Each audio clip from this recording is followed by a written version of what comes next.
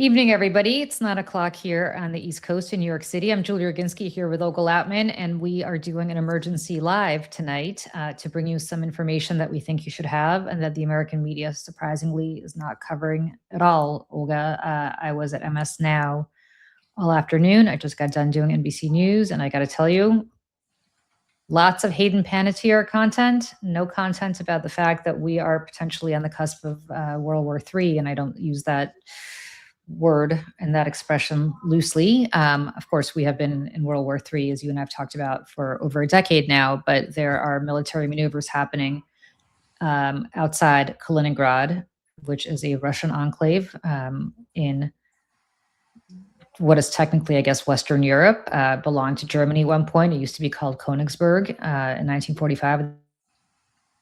The Soviets took it over, and it has been a part of Russia ever since. Olga, what do you know, and what do people need to know about what's happening? So basically, I woke up this morning to a whole bunch of OSINT accounts monitoring very, very unusual and large NATO activity around Kaliningrad, over Poland, and whatnot. This was really, first of all, this was not announced, and it's not normal for NATO to have surprise, movements, especially at what is happening now, because you don't want to, cause any kind of miscommunication that will lead one thing into another, and and then before you know it, everything escalates.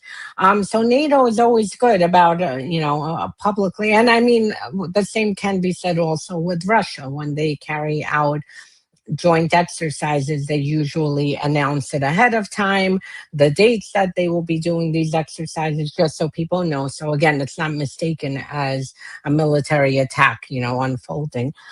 Well, this happened with no warning. And there were a lot of very unique aircraft involved, including a U.S. This is what really caught my eye. The U.S. has a fairly recent new plane that is meant to disrupt communications, radar, and navigation systems, which, by the way, is interesting because Kaliningrad is where Russia has been using its GPS technology to jam planes and everything across Europe, particularly the Baltics. So you had this plane that really was introduced recently. It's only a few years old. You had this U.S. Plane, EA-37B Compass Call, and it was involved in the exercises along with other interesting, aircraft that is very specialized. So this is what I woke up to. I started digging into it. These exercises carried on for several hours.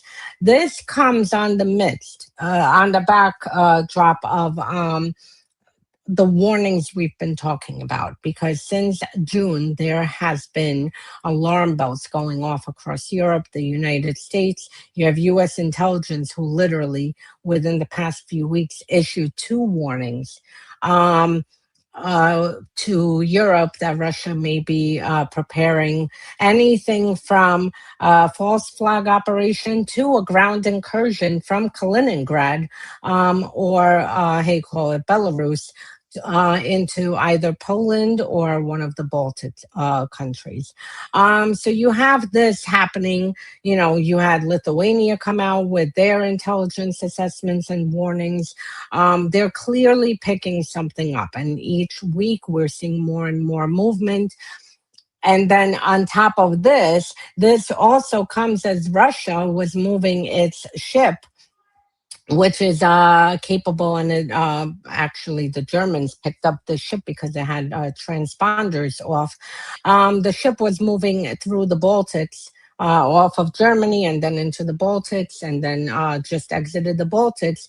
The ship, the Admiral Kasatonov, was is known for carrying Zircon hypersonic missiles. So this is again, you had this ship, and there's another ship that is in the area. So Russia's also building kind of a like naval presence, and there are very weird moves by Russia involving its ships around the Baltic Sea.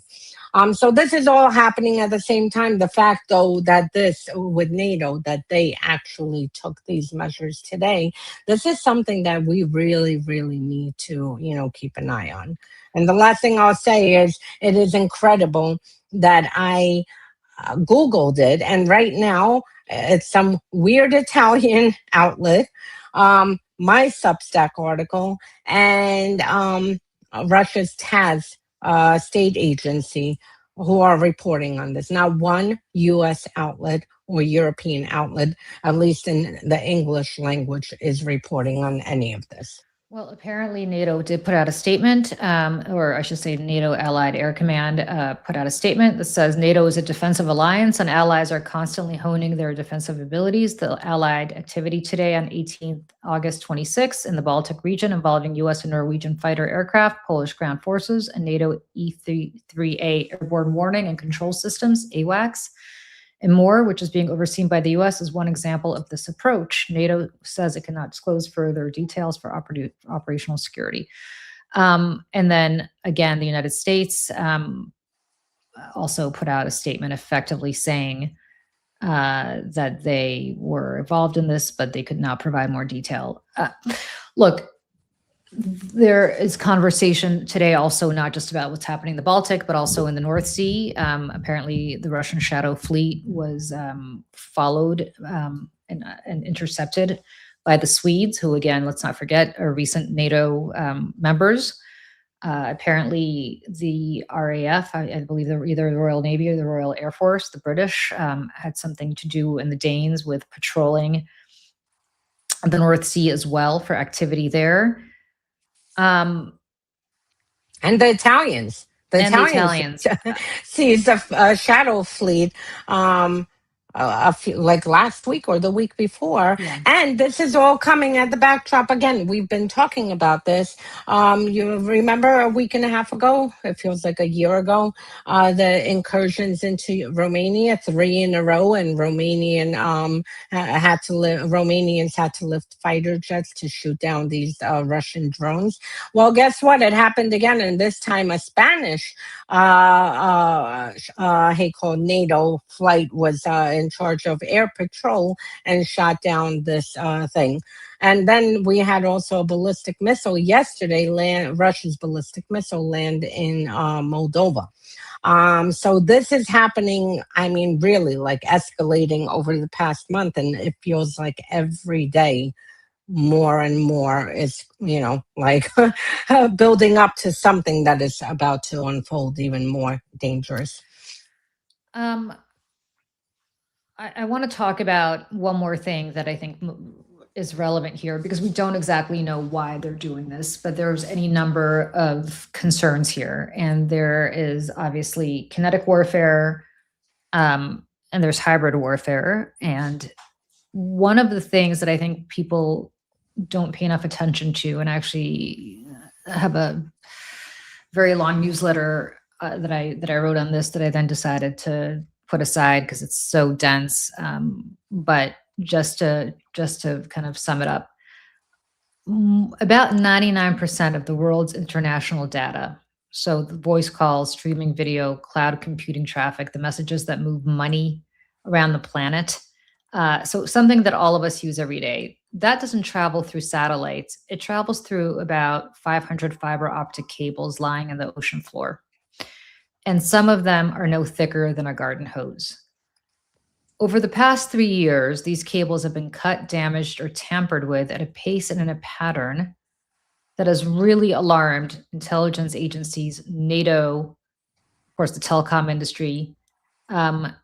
And it's a slow accumulation of incidents across 3 separate theaters, the Baltic, the Taiwan Strait, and the Red Sea, that I think individually look like maritime accidents and collectively look very much like a strategy. Mm-hmm. And it's the same pattern, right? In the Baltic, which is what we're talking about now, You had 4 incidents involving 8 distinct cable breaks and 5 incidents similar to that around Taiwan in 2024 and 2025, really involving the ones in the Baltic involving Russian-linked vessels, the Shadow Fleet, and also Chinese vessels in the North Sea also. There was a Chinese flagged vessel called the Yipeng 3, which was tracked severing cables between Finland, Germany, Lithuania, and Sweden in a single voyage. But that one left Russia's port, Right. which is very important to Right. note that the Chinese and Russians are working together, because the cruise ship, the crew on the ship were Chinese, but it left Russian ports. On Christmas Day 2024, the S-Link 2 undersea power cable connecting Finland and Estonia abruptly failed. That cut cross-border electricity capacity nearly in half. The Finnish boarded the suspect tanker, the Eagle S, which is part of Russia's Shadow Fleet, and detained its crew. And then weeks later, a second vessel, a Maltese flag Vision, was boarded on suspicion of damaging 2 more cables. I mean, I can keep going, right? Going all the way back to 2022 during the explosion that ruptured the Nord Stream 1 and 2 gas pipeline off the Danish island of Bornholm.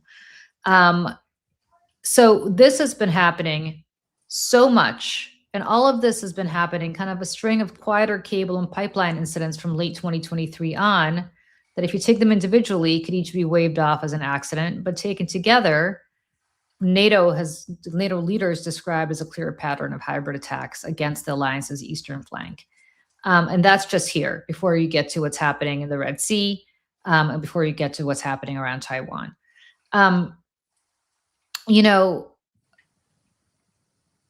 There is also something to be said for the timing of Donald Trump's decision to stop joint military exercises with South Korea after they've already begun. And he has said that that is not a big deal, because North Korea is, quote unquote, unthreatening and respectful, right?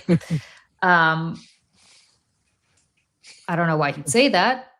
In the past few years, North Korea has expanded its nuclear arsenal. It's repeatedly threatened to use it against South Korea, which Kim has branded, and I quote, a most hostile enemy. I was in South Korea this spring, and I can tell you they have gas masks in their subways. And I went up to the DMZ, and I have never seen anything like it. It is the creepiest place I've ever seen in my life. I mean, believe me, this is not made up. This is South Korea is living under a sword of Damocles, and they know it. And of course, what's interesting is that North Korea has deepened its alliance with Moscow, a mutual defense pact. They've sent troops to weapons to support Russia's genocidal war in Ukraine.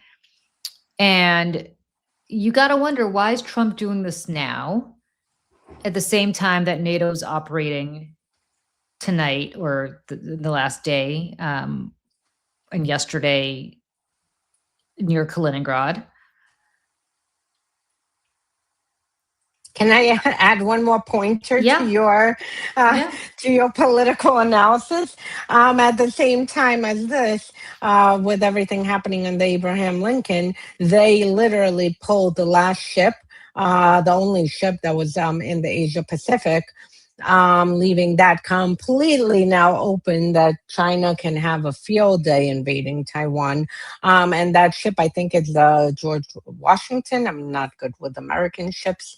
But I think it's the Washington that is coming to relieve the Lincoln. USS Washington, yes. Yeah. Well, I also want to say that despite Trump, it's very interesting, right? He didn't consult with the South Koreans on this, even though South Korean forces are half of the alliance, whose exercises he was ordering reduced. And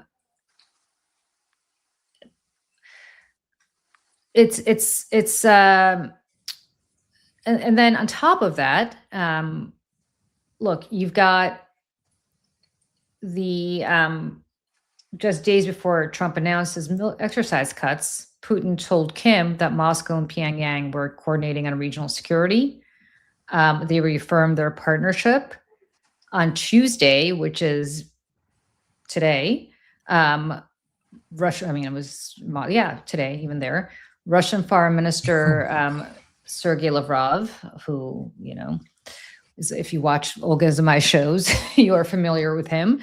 He was celebrating Russia and North Korea's effort to create a quote unquote new and righteous world order. Against that backdrop, the United States suddenly weakens military training with South Korea. And as if we're living in a simulation, which is what I posted, I have to read you the breaking news. I even put a screenshot in case people don't believe me. But Wall Street Journal, if I could find it, exclusive. Trump is pushing aides to set up a meeting with Kim Jong-un, hoping to convince North Korea to abandon its nuclear weapons program. I was like, what? Like, what reality are we living in? I mean, the only reason he'd actually want to meet with Kim Jong-un is to figure out how in the hell to get into this dictator's enclave that he seems to continue being pushed aside because, historically none of these rogue regimes like the U.S. and as a result of him being attached to the U.S., they aren't fully taking him in as part of their thing. So he wants to figure out a way. How can he hang out with the Iranians and North Koreans and Chinese and Russians and, help rearrange the world order? But he's helping. He's doing everything from, that he can from the U.S. Yeah. If you look at everything that's happening that was going on over Poland and the Baltics today, the Baltic region. Again, as you said, you've got U.S. and Norwegian fighters. You've got multiple tankers and other support platforms along Polish ground forces. This is a complex training scenario rather than a routine patrol. But what's interesting about this is, was it a training scenario or is it something more? And that's the question that I think people with resources, I'm looking at you, New York Times, and others should ask, but for some reason, nobody's asking it. Or report on it. The Russians are asking it, by the way. TASS, the Russian propaganda arm, which is their Associated Press equivalent, except the Associated Press actually reports the news. This is more like, Truth Social. They were making a big deal out of this, that NATO reconnaissance aircraft were spotted near, Kaliningrad, coming in from Poland and Lithuania, but they certainly didn't, it's just fascinating to me that nobody else was doing this, right? Just to give a little background on this, because I've been working on this for quite a while. Around 2018, Russia started moving Iskander missiles to Kaliningrad. I mean, they started really just like what they did with Crimea, turning it into a military base. They did the same in Kaliningrad. It was around 2018, 2019. There was a lot of, very worrying movements happening in Kaliningrad. Now, with Kaliningrad, there is the Suwalki corridor, which keeps me up at night for at least a decade. The Suwalki corridor is a little piece of land that connects Kaliningrad to, like it's a little strip, and then you have Poland, Lithuania, Belarus, and that. This Suwalki corridor is NATO territory, but it is a vulnerability, and this is something that they've done in all their defense reports going back as long as I can remember. And if Russia happens to seize this is a big blind spot for them. Then this automatically gives them route besides Belarus. This gives them route to Poland and Lithuania. And they have on one side Belarus, they can use the Suwalki corridor, from the other side, sending troops from Kaliningrad. So this is extremely worrying with this, because you have, the US, like I said, I'm shocked that our hijacked agencies are still, functioning somewhat. But 2 times in a row, I don't remember, since the full scale invasion, of US intelligence being so loud and sounding the alarm basically on a potential Russian attack on either Poland or Baltic state, or including up to a ground incursion. So we have, this happening at the same time. And I saw someone mention they worry about Taiwan. The other thing that keeps me up at night is China and Russia coordinating, since they've been training each other's troops, including Russia training. Again, where is our media with this?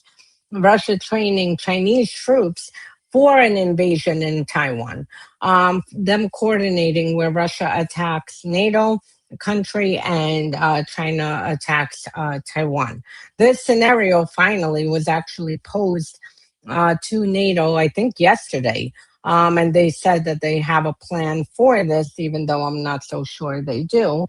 But this is extremely worrying. And we're not talking hypotheticals here anymore. This is not me working on my, shadow reports in SIPO, or, documenting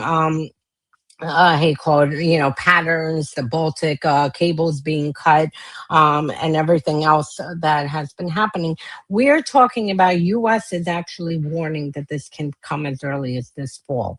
We're seeing an increase, interestingly, since, like you pointed out, Trump and Putin, we don't know what they discussed in the Beast last August, 1 year ago.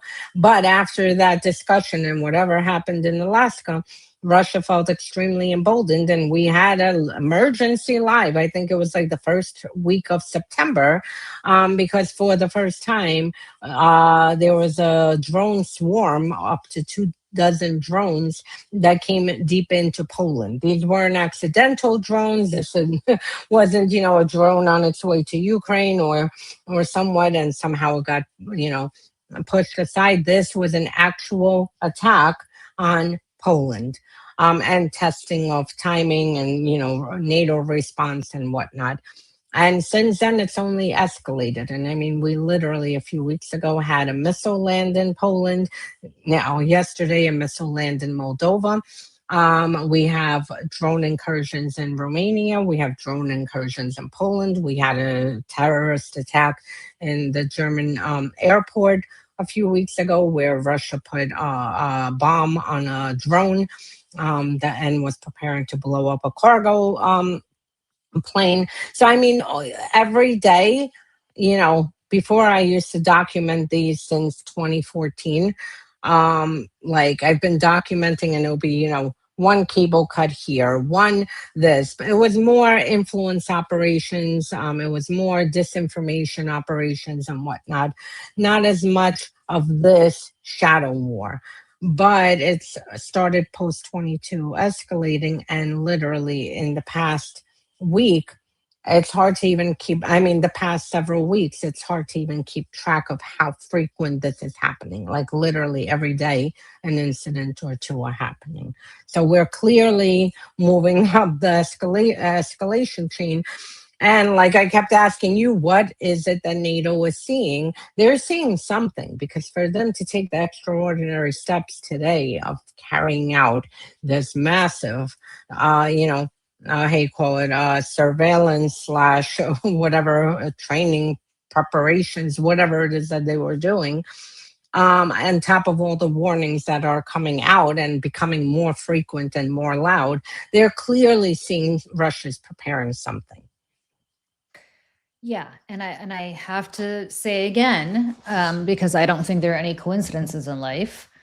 Today, this very day, August 18th, 2026, you had Sergei Lavrov, the Russian Foreign Secretary, meeting with his North Korean counterpart. Again, something that did not get any attention whatsoever in the Western media. And said public, and this was all public, this isn't some private communique, they did this on purpose today of all days, that they were working to establish a quote unquote new and righteous world order after Pyongyang helped Moscow to drive Ukrainian forces from a Russian region last year.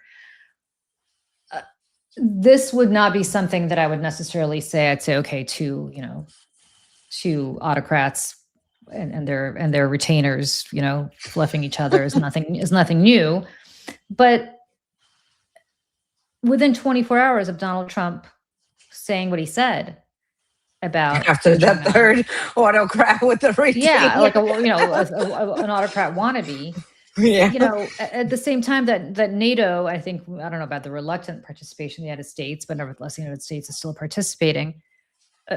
These fronts are all interconnected. And we have said this repeatedly. This is something, if you watch Olga's and my shows, you will know that we have always said that the full-scale invasion of, much like you don't really know when World War II began, was it September 1st, 1939, I guess officially, but really did it start with the Spanish Civil War? Did it start, with the Chinese, with the Japanese running over China? Like there are many different plot points you could say here. I would say that World War III began with the full-scale invasion of Ukraine, right? You might say it was Crimea, you might say it was Georgia in 2008, but nevertheless, I think it began the way it began in September 1st, 1939. It began the day that the Russians invaded Ukraine in 2022. And then, of course, what happened in Iran is just another front in that war. And something is afoot in Asia now. Mm-hmm. Something is afoot in Asia because Donald Trump did not wake up out of nowhere and say what he said about Kim Jong-un. And then when he was asked today at the White House, have you been trying, why is Kim Jong-un blowing you off? His answer was, he's not. That they've continued to have discussions. We just don't know what they've been talking about. And so, look, I think that's just, something, all of this is somehow interconnected. I think it is we don't have the answers here. So I don't want anybody to think that Olga and I have some sort of secret intelligence here to share with anybody. We just wanted to come on and tell you guys about this because nobody else is talking about this. As I said, I did TV all day Literally. today. I have spent more time talking about Natalie Harp, which, God bless, great story, good gossip. But I have spent more time talking about that than I have about this. That was the other thing, right? As the Wall Street Journal news broke about Trump, with this delusion or whatever, or at least the Wall Street Journal wants us to believe that he wants North Korea to give up nuclear weapons. I turned on CNN and breaking news, literally, I'm not kidding. It said breaking news, Natalie Harp hid in the trunk to go to something with Trump. I'm like, oh, okay. Yeah. All right. At least North Korea, at least Wall Street Journal is more on the North Korea. At least, it's important to bring attention to that. But I mean, Natalie Harp, hiding in the trunk, great for TMZ. But I don't even want to talk about Natalie Harp because, I'm so Natalie Harped out. I did a whole Substack on this today. It's very obvious to me what purpose she serves. She's basically there to make him feel like Jesus Christ, and that's great. Good for him and good for her, and they can be demented together. But what's happening in Asia and what is happening in the North and Baltic Seas right now, and what is happening in the Middle East right now, it's guys, it's coming home. We have people watching us from all over the world. There are people watching us in Britain today. Friends, it is on your continent.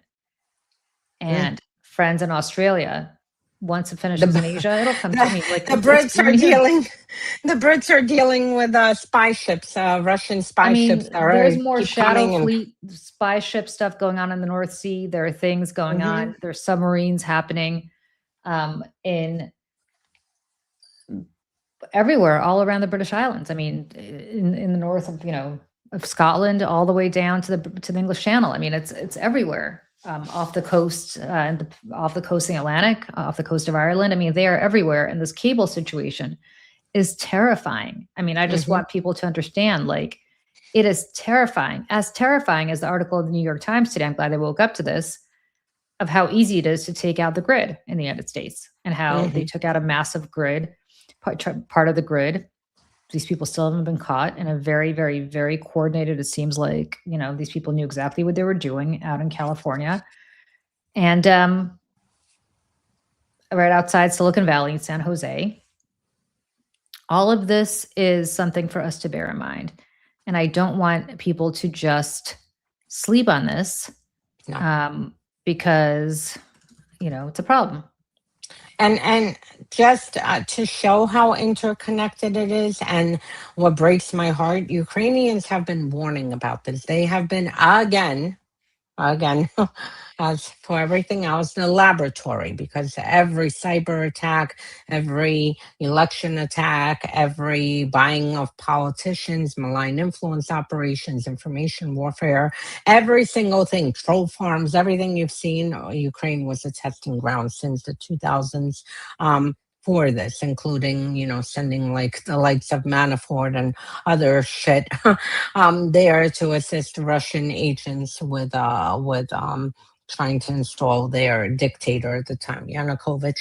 But just as with that, Ukraine has been warning since the 2022 full-scale invasion, while Europe and US were publicly debating, should we send tanks, should we not send tanks, should we send HIMARS, is this escalation management, like we need to worry what Russia thinks, is this going to get Putin mad? While they were having these very public, humiliating and embarrassing debates, you had Iran immediately. I mean, it was weeks before Iran came to help Russia. They sent IRGC commanders to Crimea with Shahid drones. They trained Russian troops how to build these drones. They trained them how to use those drones, build the drones. Russia perfected the drones, has been sending now the same perfected drones to Iran to use against American interests across the Middle East. And that's it. Then you have China. China came to Russia's defense immediately. I mean, it was by March 2022 that China was already assisting Russia and helping evade, because Biden did immediately put sanctions, and China was already helping set up routes to send dual use components for Russia to keep producing its military weapons, as well as moving money and everything else. And China was a very, very big. I mean, they have so much blood on their hands, along with the Iranians. Then you have North Koreans who were immediately sending Russia not only ammunition and missiles, but then they went and sent 10,000 troops. Now there are 30,000 more troops on the way. And in exchange, because obviously North Korea is not doing this for free, in exchange, Russia has been assisting North Korea, including with the nuclear program. Because Russia has we don't know how well it functions, but they have a lot of nuclear scientists. And, in exchange, they have been assisting, North Korea to perfect their nuclear program, to grow it and whatnot, as well as other technology. And at the same time, with North Korea fighting, this is the first time you have Chinese troops and North Korean troops who are actually seeing battlefield experience. Because prior to that, everything is, drills. And we see how drills go. The Ukrainians just had joint drills with the US on drones. They sadly kicked America's ass. I mean, they really put our troops to shame, because of the fact that there's a big difference when you're having simulated exercises, but there's really no threat or war, and you don't need to worry about improvising and whatever, versus with Ukraine, you have to figure out how to improvise, sometimes right on the spot, to prevent an attack from unfolding. And that's it. And from there, we've seen this how you said, everything is interconnected. And we've seen this. And since Trump came back to power, it just has become like way more dangerous. You have, Russia and China helping Iran to kill American troops, to hit American interests. And now apparently they're discussing even pulling Americans out of the Middle East, which is fascinating. I want to see how that works, which will make China, Russia, and Iran extremely happy. You have Trump, who is betraying South Korea. Along with that, Japan, as North Korea becomes more threatening. I mean, literally on the eve of these joint exercises that Trump, announced that he's scaling back, North Korea sent ballistic missiles towards Japan and South Korea. So you have this happening, and Trump is helping all of them. And at the same time, with this, USS Liberty and the conditions aboard there, and it getting to the news, rightfully so, and they're being relieved. He pulled the only ship that is monitoring China and Taiwan out of there, and USS Washington is now headed to relieve there. So you have all the theaters open; they can all coordinate. I mean, right now, and I mean, when you talk about a world war, you have different pointers, like you said, different years, different events that happened. But over the past several years, we've been very clearly seeing this, like alignment happening, where you have the autocrats lining up. You had America and the West on the other side. Now America's gone. So now you literally, I mean, for all you know, Europe, sadly, UK might have to, and South Koreans and Japanese might have to fight Americans on the side of the Russians and North Koreans and Chinese. We don't know where it's going, but the bottom line is that it is all happening, and it's escalating, and it's happening quicker than we can even, think. And at the same time, like you pointed out a million things that Trump has done, I will add one more thing. He depleted our stockpiles. I mean, he literally depleted our stockpiles. If you're to believe all the reports that our stockpiles are half gone, 80% gone on some weapon systems, I mean, just for that, to leave America completely exposed with no patriots. I think that we have like 1,500 patriots left out of, over 3,000. 80% of, I forgot which one, HIMARS or ATACMS that were used. I think, well, whichever system was used. But the bottom line is, I mean, that in itself is a dereliction of duty, to like sit and, no one asked for this. Iran didn't attack us. To go there and basically get rid of our stockpile as Russia is ramping up their aggressions over the past few years and preparing a potential attack, a kinetic attack in Europe. China, we all know, has been preparing to invade Taiwan, and to leave America with nothing. I mean, that's. Well, it seems to me that it's obvious that the next step is that we are pulling our troops out of South Korea. That's clearly the next step. I cannot describe to you, having traveled all over, how much the South Koreans still like us. That's typically not the case most places we go. But if we, and again, the South Koreans, I think we watch, look, they've kind of taken over culture, right? The movies, the TV shows, K-pop, all the fashion and skin trend, I mean, really, like beauty trends. They're all, a lot of them are emanating from South Korea. It's really pretty incredible what this little country has done in the last several decades to go from this very poor country to all of a sudden being this massive juggernaut. I mean, you go to Seoul and it's like New York on steroids. You can't believe how the energy is just insane. But I will also say that they still very much feel like they're living under sort of Damocles. That is not all of them. I mean, they truly do. They understand that they have a madman who is just miles from them. I mean, truly miles from them. We drove up to the DMZ from Seoul. In my mind, I guess I thought it was much further than it is. It's like 40 minutes away. I mean, it's nothing. And that's with traffic. I mean, it's right there. And so I think what's fascinating is he's clearly telling our South Korean allies with whom we have a treaty that done, goodbye. He's telling Taiwan that they're on their own. He is, he's telling Saudi Arabia that they can develop nuclear assets, but will not let that happen to South Korea, which literally has, I mean, this is like, they've got a nuclearized North Korea pointing nukes at them.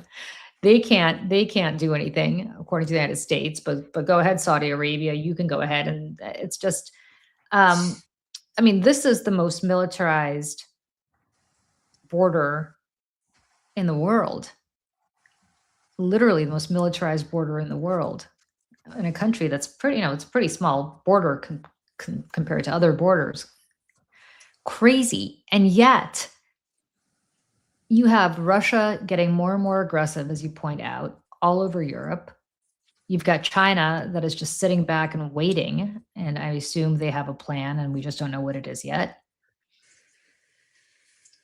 He's giving away the store to a bunch of Middle Eastern autocrats, allowing Saudi Arabia to get nuclear power, not necessarily putting the same restrictions on them that he did on UAE, or that the United States put on the UAE when it let them have nuclear power.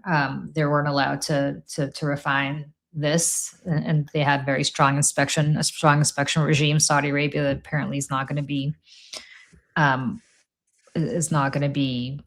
beholden to that. I guess they put a little bit too much money in Jared Kushner's pocket, and the UAE didn't put enough in, which is going to lead to a nuclear arms race all over, not just the Middle East, but everywhere else. There are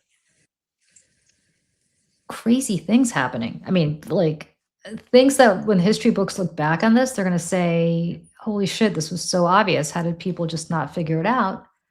And I'll tell you, it's because we're worried about whether Natalie Harp is riding in the trunk of the car going to his arraignment. And we're sitting here wondering,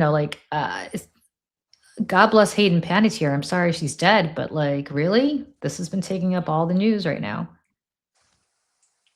Okay, she overdosed. Like, too bad. I'm sorry for her, but there are things happening right now that's going to lead to mass murder and destruction that nobody's even focusing on right now. So, on that note, Olga, I don't know what else, if you have anything else to add. I just wanted people to be aware of what's happening in the world tonight, as we see these very strange NATO movements happening in the North and Baltic Seas, and certainly around Kaliningrad on the Polish side, with the Polish military ground troops amassing there as well. The only thing I'll add is that, again, I will repeat it until it happens, that Ukraine, all the NATO countries, Australia, New Zealand, South Korea, Japan, I'm sorry, US, not right now, that they all need to form an alliance, and because it's clearly no longer having NATO to protect Europe and having this alliance to protect the Middle East, or this alliance to protect Asia. Like right now, it's all interconnected, and I think that it would work very well. For instance, for Ukrainians and South Koreans to work closely together, being that Ukraine has a lot of intelligence on North Korea, what they're doing, because they decided to enter the war and kill Ukrainians. And so forth. So, and Japan has been sounding the alarm because Russia and China are increasing their strategic flights near Japan in a very threatening way. So the thing is, I think that they need to build a defense force, because NATO, I mean, as we know, it is not, going to last much longer with the way we know it with Trump, because if he refuses America's obligation to protect other NATO countries, which I can't picture him, protecting other countries when he's threatening to invade NATO countries. But if he refuses, this automatically makes NATO like basically like a paper tiger. That's why we need this alliance, and it could be formed immediately. Like you don't need to do anything extra. So that's the only thing I would add, is that we need a global alliance right now to work on this, and like sooner rather than later. Yeah. Well, all right, everybody, we will keep an eye on this for sure. Hopefully the press will wake up and do their job as well. But if not, we will keep coming back to you guys with what we learn, if anything. The Yep. good news is Olga and I both speak Russian, and so we're able to track what they're saying over there, although obviously take it with a massive grain of salt. They've been covering this, as we said.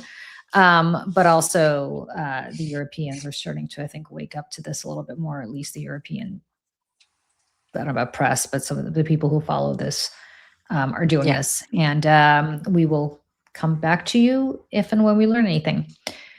Great to see you all. Thank you for joining us, and have a good night, everybody, or a good day if you're in Australia, Rosie. Have a wonderful day. Bye, everybody. Bye.